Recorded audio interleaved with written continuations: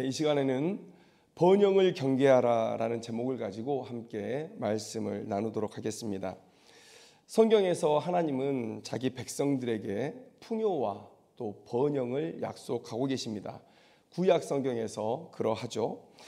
천국 소망으로 살아가야 하는 우리들, 또 영원한 하늘 본향을 바라보며 살아야 하는 우리들에게 이 세상에서 누리는 풍요와 또 번영이 무슨 의미가 있길래 하나님은 이렇게도 우리에게 풍요와 번영을 반복해서 약속하고 계시는가. 많은 사람들이 성경의 그 하나님의 원뜻을 깨닫지 못해서 정말 이 세상의 풍요와 번영을 위해서 살아가는 사람들이 많이 있습니다. 과연 하나님께서 왜 이런 약속을 주셨는가? 여러분, 그것은 첫째는 이것입니다. 하나님은 자신이 인생을 잘 되게 하시는 분, 행복하게 하시는 분이심을 말씀하고자 하신 것이에요. 그래서 많은 백성들이 하나님의 통치를 사모하게 하려 하시는 것이죠. 여러분, 이스라엘 백성들은 의도적으로 자신이 하나님의 백성이다, 이스라엘은 하나님의 나라다라는 사실을 만방에 알려야 되는 자들이에요. 그래서 그들은 매우 독특한 신앙을 가지고 또 삶의 율법을 가지고 살아갔다는 것이죠. 그래서 그들은 하나님이 주시는 복을 누리면서 많은 사람들에게 하나님께서 다스리시니까 우리가 이렇게 잘 산다, 행복하다라는 것들을 드러내야 되는 민족이었던 것이죠. 그래서 온 세상이 하나님께로 돌아오게 하는, 하나님의 통치를 사모하게 하는 여러분 그런 사명을 가지고 있었다는 거예요. 그래서 이사야서 2장 2절 말씀에 보면 하나님께서 이스라엘을 향한 그 목적이 분명하게 제시되어 있는데, 말일에 여호와의 전에 산이 모든 산 꼭대기에 굳게 설 것이요 모든 작은 산 위에 뛰어나리니 만방이 그리로 모여들 것이라.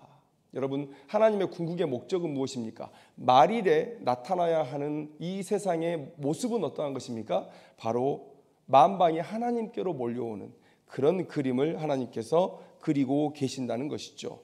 자, 그러면 그렇게 해서 그 다음은 무엇이냐?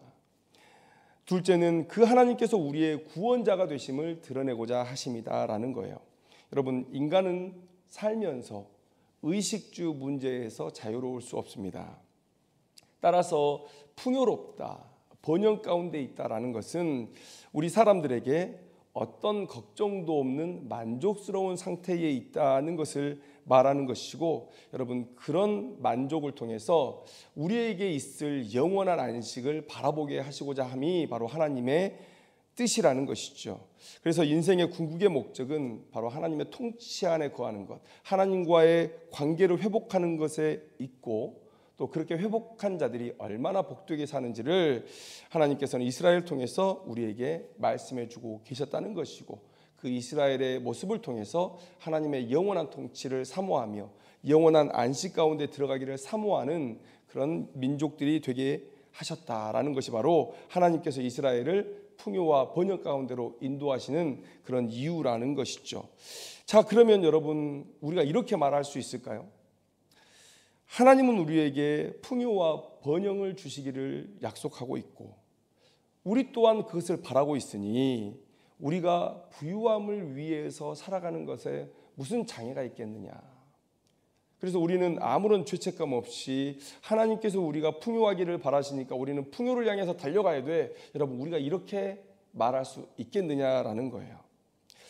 여러분, 그런데 오늘 본문은 우리에게 큰 경고를 해주고 있습니다. 우리가 풍요와 번영, 인생의 부유함만을 쫓았을 때 우리 인생에게 높은 확률로 나타나게 되는 문제들이 있음을 오늘 성경은 우리에게 말씀해주고 있다는 거예요.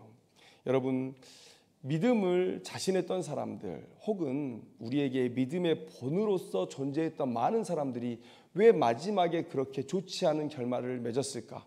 여러분, 그런 것들을 한번 생각해 보면서 우리가 이 하나님의 경고를 들어야 되는데, 오늘 이 경고의 핵심은 뭐냐? 바로 우리가 부유함을 쫓았을 때 두 마음을 품게 된다는 거예요. 두 마음을 품는다.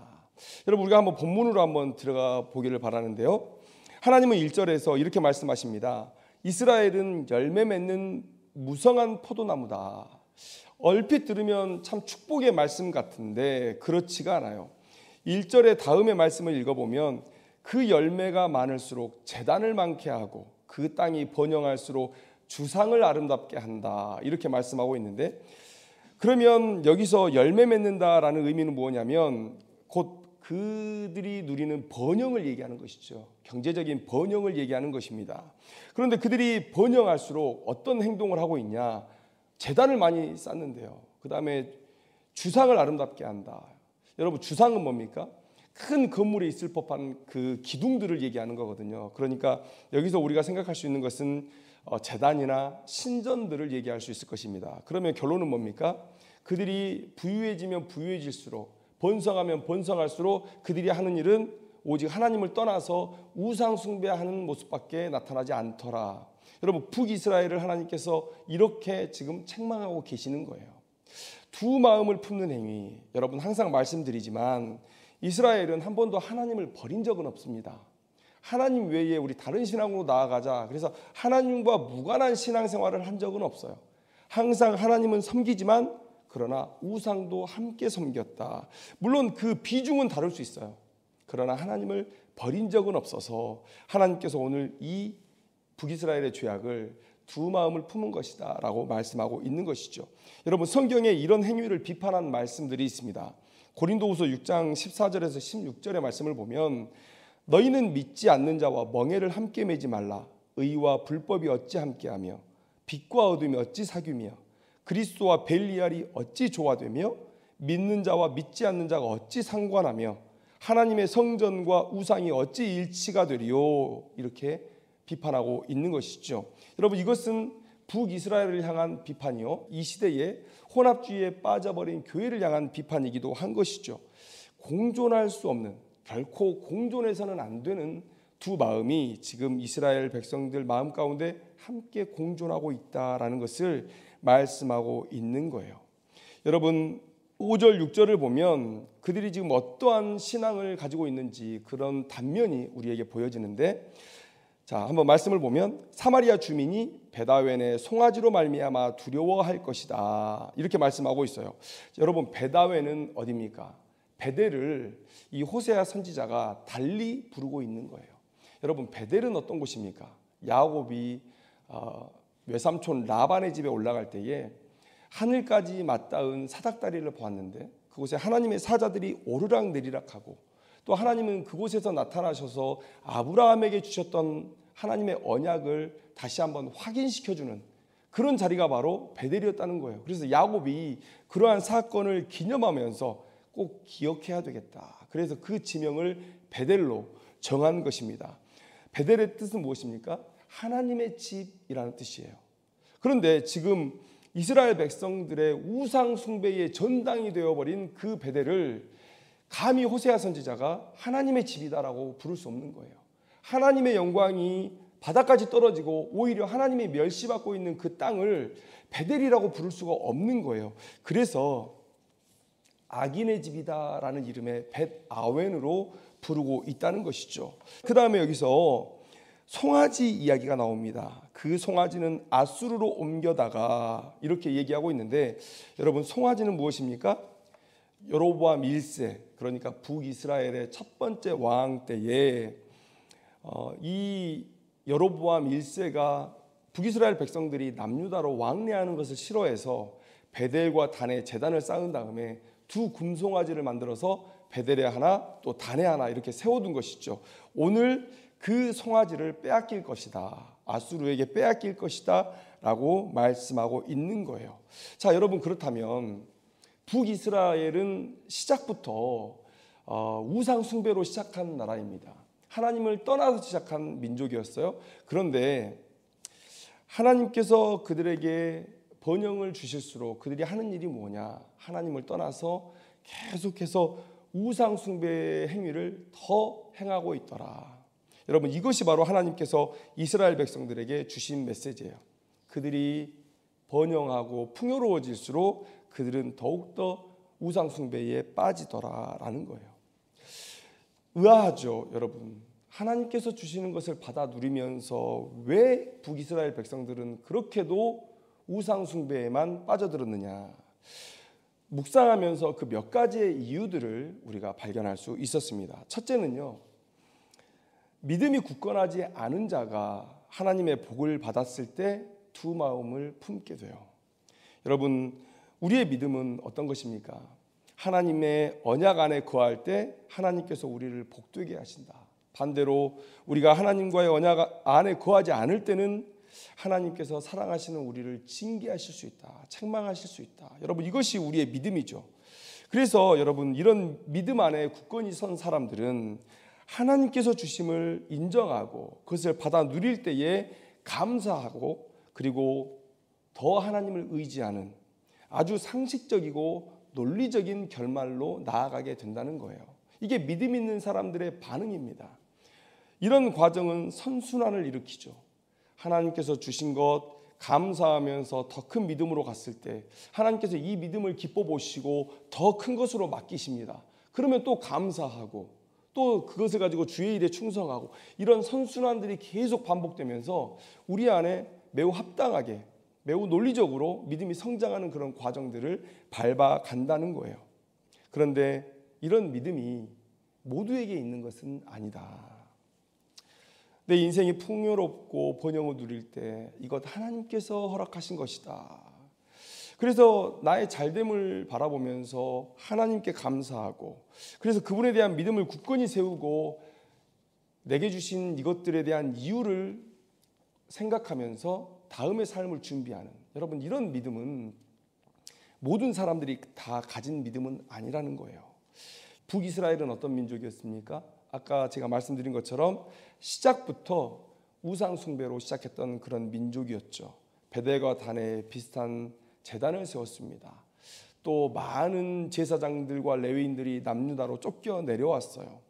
여러분, 그들을 가르칠 사람이 누가 있었겠느냐 한번 생각해 보세요. 5절에 보면 이런 기록이 있습니다.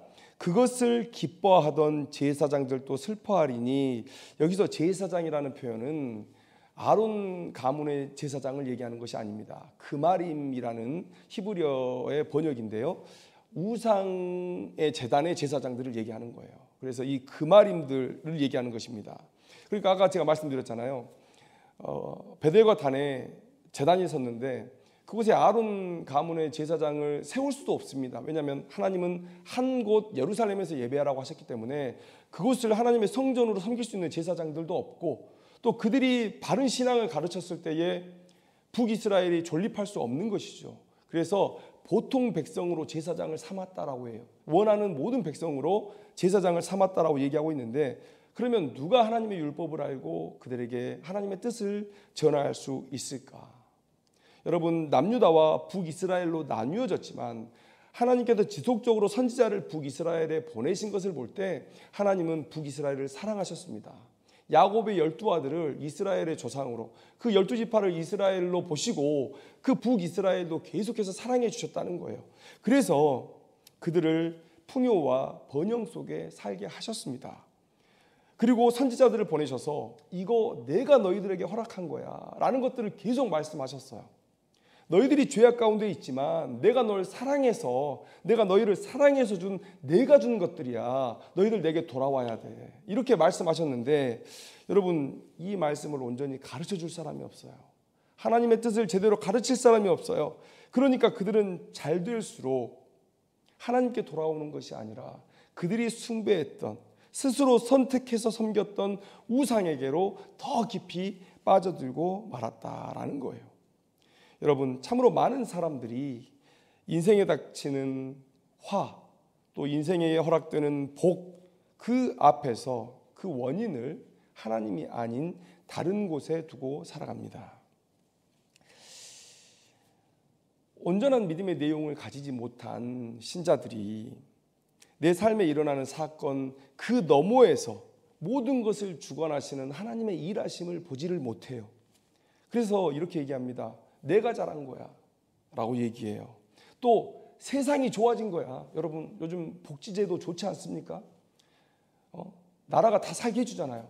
그래서 내가 사는 것 하나님의 은혜가 아니라 세상이 좋아진 거야 라고 얘기해요. 혹은 어떤 무속의 신앙을 가진 사람들, 우상 숭배를 하는 사람들은 그런 우상의 신앙으로 더욱더 깊이 빠져들겠죠. 여러분, 이것이 바로 사탄이 원하는 것 아니겠습니까? 호세아서를 생각할 때 가장 유명한 말씀이 무엇입니까? 호세아서 4장 6절 말씀에 내 백성이 지식이 없음으로 망하는도다. 북이스라엘 백성들이 하나님의 말씀을 온전히 듣지 못해서 가르칠 자가 없어서 지금 망해가고 있는 거예요.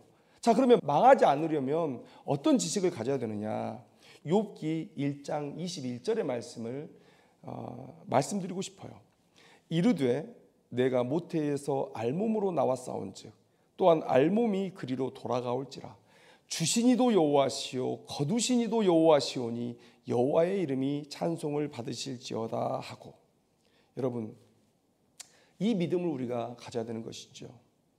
주시니도 여호와시고 거두시니도 여호와시고. 여러분, 이 믿음을 우리가 가져야 된다는 거예요. 여러분, 믿음이 연약할 때는 하나님께 복을 받고도 멸망할 수 있다는 사실, 여러분 오늘 성경은 우리에게 말씀해 주고 있다는 거예요. 물질에 대한 욕심보다는 하나님께서 주신 것을 온전히 담아낼 수 있는 그런 믿음의 그릇을 키워나가기를 소망합니다. 이럴 때에 하나님의 복이 진정한 축복으로 성취될 수 있는 것입니다. 자, 그 다음에 왜 두 마음을 품느냐? 두 번째, 우리의 탐욕 때문에 그렇습니다. 더 많은 것을 취하고 또 그것을 지키기 위해 우리는 두 마음을 품는다. 여러분, 인간의 탐욕이 끝이 없어요. 그래서 인간의 탐욕이 인간의 역사의 첫 죄악을 잉태하게 했죠. 하나님께서 주신 것이 이미 충분함에도 불구하고 아담과 하와는 하나님처럼 되기를 원했어요. 욕심, 탐욕이었죠. 여러분, 하나님께서 주신 것에 만족하는 삶이 곧 신자의 삶이다. 빌립보서 4장 11절 말씀에 사도 바울은 우리에게 이렇게 얘기하고 있습니다. 내가 궁핍함으로 말하는 것이 아니니라. 어떠한 형편에든지 나는 자족하기를 배웠다. 이렇게 말씀하고 있어요. 왜 바울은 자족할 수 있었을까? 왜 형편이 어려움에도 불구하고 자족할 수 있었을까? 그것은 바로 하나님께서 내가 사는 동안 하나님의 사역을 감당하기 위해 필요한 모든 것들을 부족함 없이 채우실 것을 믿는 믿음이 있었기 때문에 그렇습니다. 그래서 13절에 이렇게 말씀하고 있어요. 내게 능력 주시는 자 안에서 내가 모든 것을 할 수 있느니라. 바로 사도 바울이 이 믿음을 가지고 있었기 때문에 능력 안에는요 정말 많은 것들이 포함되는 것입니다. 이 세상의 능력 얘기할 때 뭐 내 지위가 될 수도 있고요, 내가 가진 재물이 될 수도 있고요, 내가 가진 인맥이 될 수도 있고요. 여러분, 많은 것들이 이 능력 안에 들어갈 수 있습니다. 하나님의 능력이 이 모든 것들을 다 포괄해서 우리에게 주어질 수 있는 거예요. 여러분, 이것들을 하나님께서 내가 살아가는 동안 해야 될 모든 일에 필요한 모든 것들을 하나님께서 주실 것이라, 이 믿음이 사도 바울에게 있었기 때문에 사도 바울은 자신의 형편, 처지와 상관없이 자족할 수 있었다, 만족하고 감사할 수 있었다라는 것을 우리에게 얘기해 주고 있다는 거예요. 신자는 바로 이 믿음으로 사는 사람이죠. 그래서 자신의 풍요에 일희하지 않습니다. 또 자신의 궁핍에 일비하지 않습니다. 제가 쌓인 곡선 얘기를 많이 하는데요, 이 진폭이 크지 않은 사람이 신자예요. 믿음이 강할수록 어떤 사람은 조금 좋은 일이 있으면 하늘을 나르다가 조금 안 좋은 일이 있으면 저 땅에 꺼져요. 그게 아니라 하나님을 믿는 믿음으로, 하나님의 뜻이 있겠지, 하나님께서 주시겠지, 그런 믿음으로 이 진폭을 얕게 가져가는 사람, 여러분, 이게 하나님을 믿는 신자의 심정이고 또 삶이다라는 거예요. 그런데 사는 동안 우리는 항상 이 탐욕의 유혹에 빠진다. 여러분, 1절에서 우리는 북이스라엘 백성들이 풍요로울수록 또 번영할수록 우상 숭배에 더 열심을 냈다라고 말했는데요. 왜 그렇습니까? 지금보다 더 가지기 위해서예요. 3절의 말씀을 한번 볼까요? 3절의 말씀 하반절을 보면 왕이 우리를 위하여 무엇을 하리요? 이렇게 얘기하고 있어요. 하나님께서 이제 우리를 위해서 뭘 더 해줄 수 있겠냐라고 얘기하는 거예요. 북이스라엘 백성들은 하나님께서 주시는 풍요를 누릴 때에 이런 생각을 하게 됩니다. 하나님께서 주신 것 이제 여기서 멈추는 게 아닐까라고 생각하는 거예요. 인간의 탐욕은 항상 그보다 더 큰 것을 바라고 있거든요. 하나님께서 주신 것 너머의 것에 대한 탐욕, 이 탐욕이 북이스라엘 백성들을 이끌었다는 거예요. 그래서 더 많은 것을 약속해주는, 넘치는 것을 약속해 주는 우상에게로 나아가는 것이다. 여러분, 우상에 대한 신앙이 이렇습니다. 내가 만든 거잖아요. 또 내가 선택한 거잖아요. 얼마든지 그 내용을 내 멋대로 조작할 수 있습니다. 만들 수 있습니다. 무한대로 내 가능성을 넓혀 놓을 수 있는 게 바로 우상에 대한 신앙이죠. 그것에 빠져서 많은 사람들이 우상 숭배하고 이단에게 넘어가는 겁니다. 하나님께서 주신 것, 하나님께서 못 주셔서 안 주시는 게 아니에요. 지금 필요한 것을 지금 주신 거예요. 그런데 항상 사람들은 그 다음에 더 큰 것을 생각하거든요. 그렇게 무너져 가는 것이거든요. 그러니까 많은 사람들이 우상 숭배에 빠져들고 있고요. 많은 신앙인들이 기존 교회에 의해서 신앙생활 하다가 이 이단들의 달콤한 꾀임에 빠져서 너 더 잘 될 수 있다, 더 많은 것을 받을 수 있다라는 그 꾀임에 빠져서 이단에게 넘어가는 거예요. 만약에 여러분, 하나님께서 부르신 선지자가 하나님께서 주신 것 외의 것을 탐했을 때에, 그래서 이 땅에서의 인생 역전을 그들이 꿈꾸었다면 과연 그들이 하나님의 뜻에 순종할 수 있었을까? 여러분, 오늘 호세아 선지자를 한번 생각해 봐요. 만약에 호세아 선지자가 자신의 명예를 위해서 고멜과 혼인하지 않겠다고 하면, 음란한 자식들을 키우지 않겠다고 하면 호세아의 가정의 모습으로 북이스라엘에게 메시지를 전하고자 하셨던 하나님의 뜻이 성취될 수 있었겠느냐라는 거예요. 하나님, 저 그동안 그렇게 살아오지 않았습니다.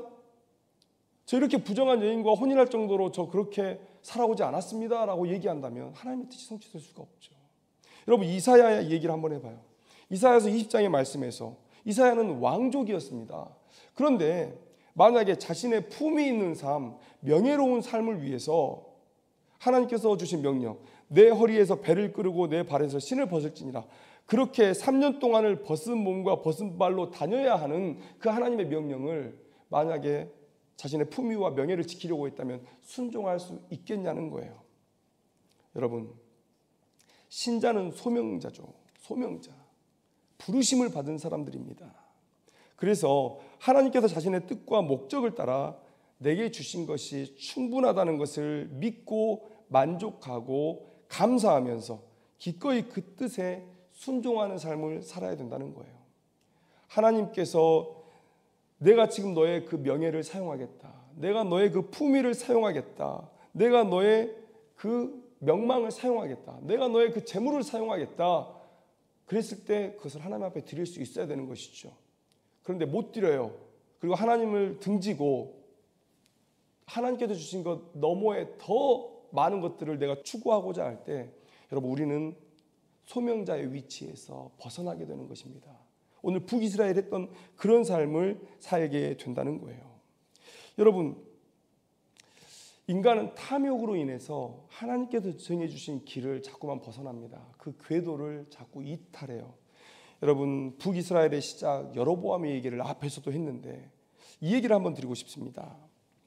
여로보암은요, 하나님 앞에 한시적으로 왕권을 인정받은 사람이에요. 여러분, 우리가 다 알다시피 영원한 왕 예수 그리스도를 위해서 다윗의 가문이 선택된 것입니다. 다윗의 순종을 보고 하나님께서 다윗의 자손으로 예수 그리스도를 태어나게 하실 거예요. 그러니까 이스라엘의 영원한 왕은 유다 지파에서 나야 돼요. 그런데 하나님께서 이 솔로몬의 죄악이 너무 컸기 때문에 그 나라를 나누시고 남유다에게 교훈하시기를 원하셔서 지금 여로보암을 사용하시는 거예요. 그래서 열왕기상 11장 39절의 말씀을 보면 내가 이로 말미암아 다윗의 자손을 괴롭게 할 것이나 영원히 하지는 아니하리라, 이렇게 말씀하고 계세요. 그러니까 처음부터 여로보암에게 영원한 왕위가 주어지지 않았어요. 그러면 여로보암이 하나님 앞에 어떤 마음을 먹어야 될까요? 하나님께 충성하다가 하나님께서 내 것을 거두시면 언제든지 하나님께 내어드릴 마음으로 여러분 그렇게 살아야 되는 거예요. 하나님께서 주신 이 왕위를 내가 취하고 이것을 지키기 위해서 탐욕을 부리고 그 결과로 두 마음을 품는 지경까지 나아가면 안 되는 것이죠. 그런데 여로보암이 탐욕을 부렸죠. 그래서 어떻게 됐습니까? 베델과 단에 제단을 세우고 온 이스라엘로 하여금 우상 숭배로 나아가도록 조장했죠. 하나님을 섬기는 마음이 있지만 그러나 그 마음 가운데 훨씬 더 큰 비중으로 우상 숭배의 마음을 갖게 됐다는 거예요. 그래서 그 집안이 온통 멸망을 당했죠. 바로 그 다음 아들 나답 때에 그 집안이 멸문지화를 당하죠. 왕상 15장 29절 말씀을 보면 바하사가 왕이 될 때에 여로보암의 온 집을 쳐서 생명 있는 자를 한 사람도 남기지 아니하고 다 멸하였는데, 이렇게 기록하고 있다는 것입니다. 여러분, 이런 일들이 성경 속에서 비일비재하게 일어나요. 사울, 솔로몬, 여로보암, 하나님께서 주신 것을 하나님을 위해 사용하고 하나님께서 쓰임이 다했다, 물러나라 하실 때 아름다운 퇴장을 하는 그런 사람을 만나지 못하는 거예요. 끝까지 내가 이거 지키리라, 내 능력으로 이것을 지키리라, 그렇게 추한 모습을 보이는 것이죠. 여러분, 하나님께서 거두어 가시면 막을 방법이 없습니다. 그저 하나님께서 달라 하실 때 드리고 영원한 축복 가운데로 나아가는 것이 인간이 할 수 있는 가장 복된 선택이다라는 것을 우리가 알아야 되는 것이죠. 그래서 여러분들에게 감히 말씀드리는 것은, 하나님께서 내게 주실 때 우리는 마음 가운데 아름다운 퇴장을 준비하고 있어야 돼요. 이건 내 것이다 라고 하는 생각을 갖지 말고, 하나님께서 이 땅에서 하나님의 일들을 계속 이루어 가실 것인데 나는 잠깐 동안 하나님 앞에 쓰임을 받은 사람이다, 내 다음에도 하나님의 역사는 계속 되어야 되고, 그래서 내가 누린 이것들을, 내가 하나님의 역사를 위해 누린 이것들을 내 다음 때에 계속해서 이어서 사용할 수 있어야 된다라는 그런 마음으로 살아야 되는 거예요. 그래서 물러남을 준비하는 사람들, 아름다운 퇴장을 준비하는 사람들, 내게 주셨던 것들을 내려놓는 그런 삶을 준비하는 사람들, 여러분, 이게 신자의 가장 기본적인 덕목이라는 거예요. 그런데 이걸 못해서 넘어지는 거예요. 북이스라엘도 이걸 못해서 넘어지고 있는 거예요. 여러분, 참 믿음의 사람들이 많이 있잖아요. 하나님께 복받은 많은 사람들이 있습니다.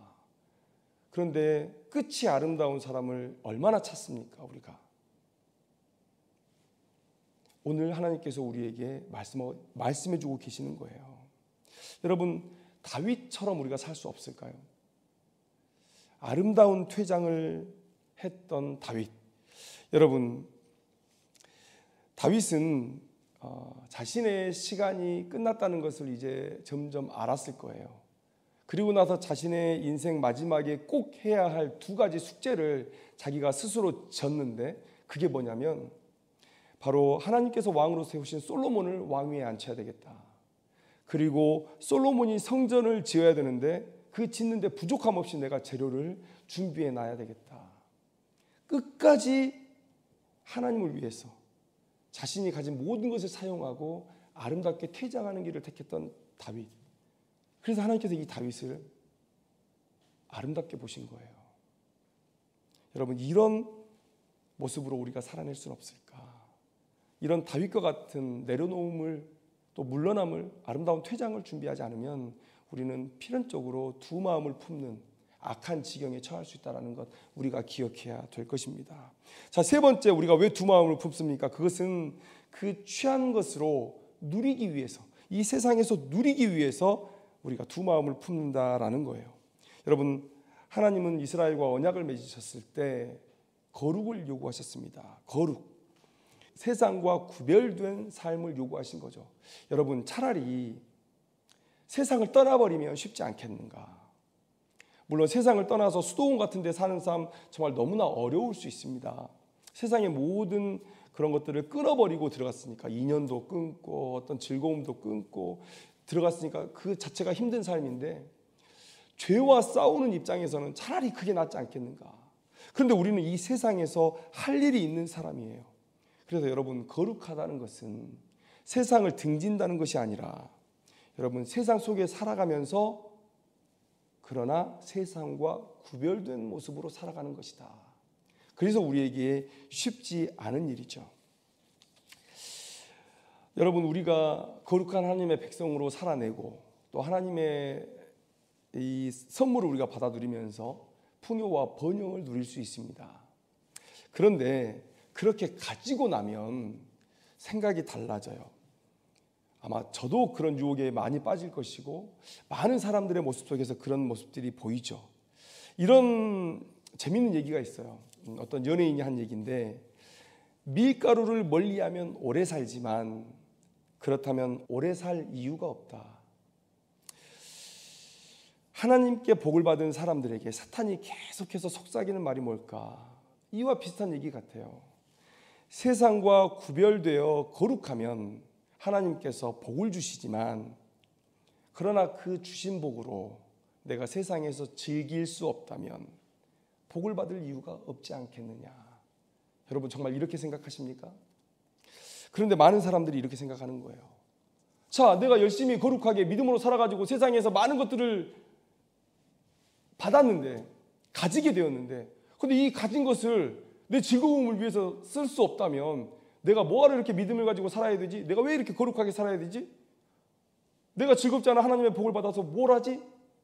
여러분 이렇게 생각하는 사람들이 있다는 거예요. 여러분 이스라엘은 어떠했을까? 여러분 고멜, 지금 호세아가 결혼했던 이 고멜은 어떤 여자입니까?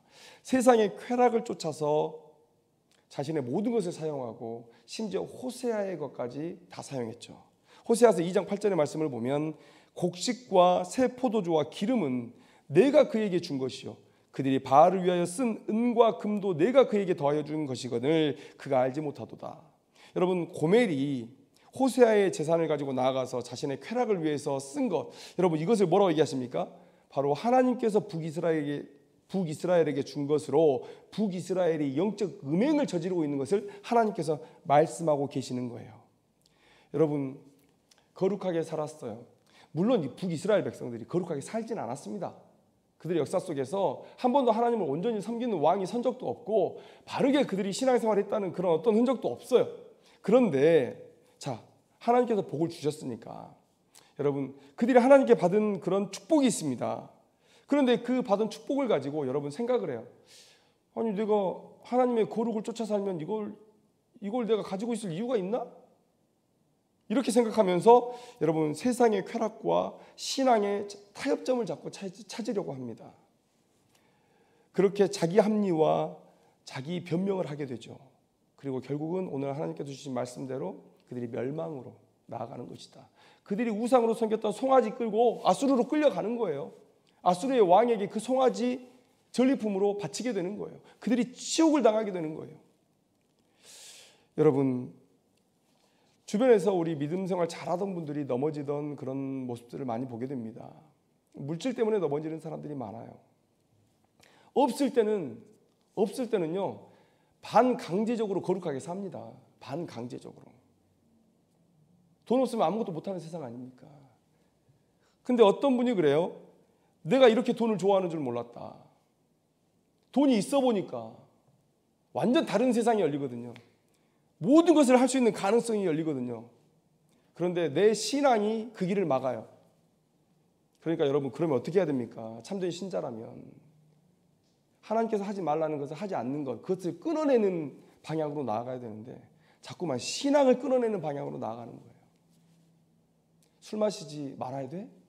담배 피지 말아야 돼?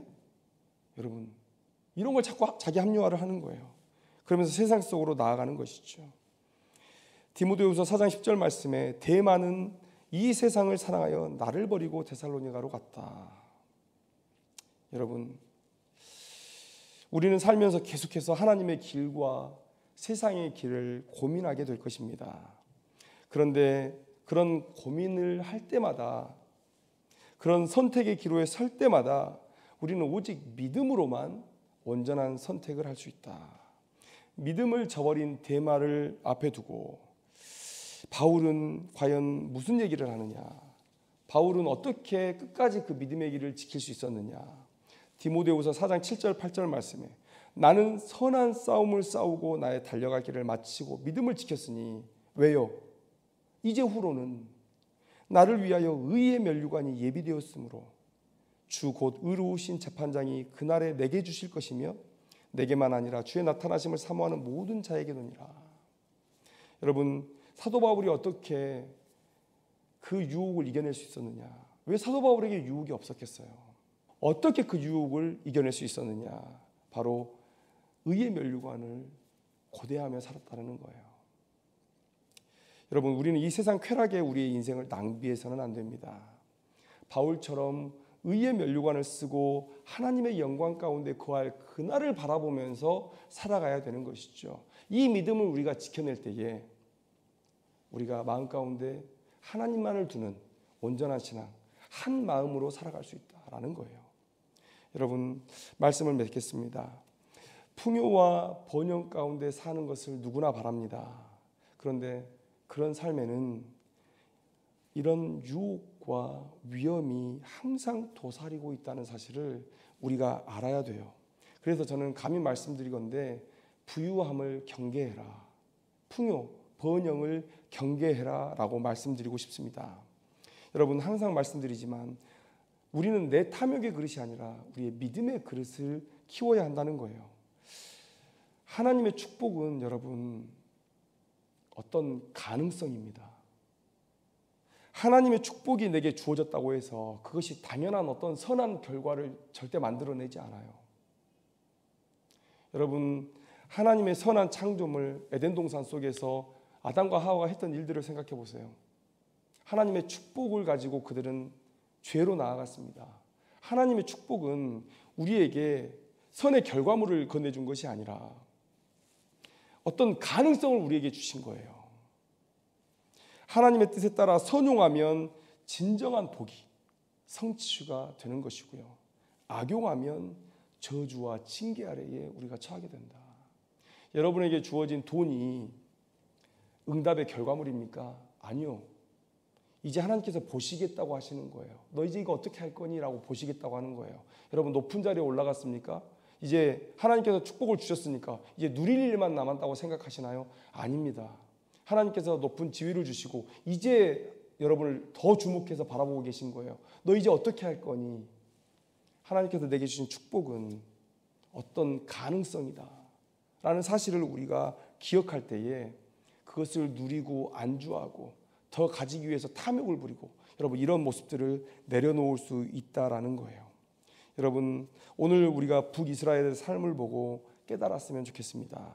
그래서 두 마음을 품어서 멸망의 자리로 나아가는 인생이 아니라 항상 믿음 안에 거하며 하나님의 축복을 진정한 축복으로 성취하기를 소망하는 그런 귀한 삶을 살아야겠다라는 결단이 있는 여러분들의 삶이 되기를 소망합니다.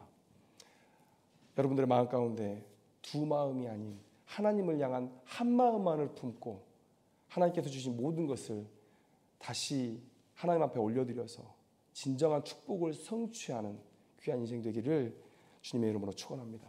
기도하겠습니다.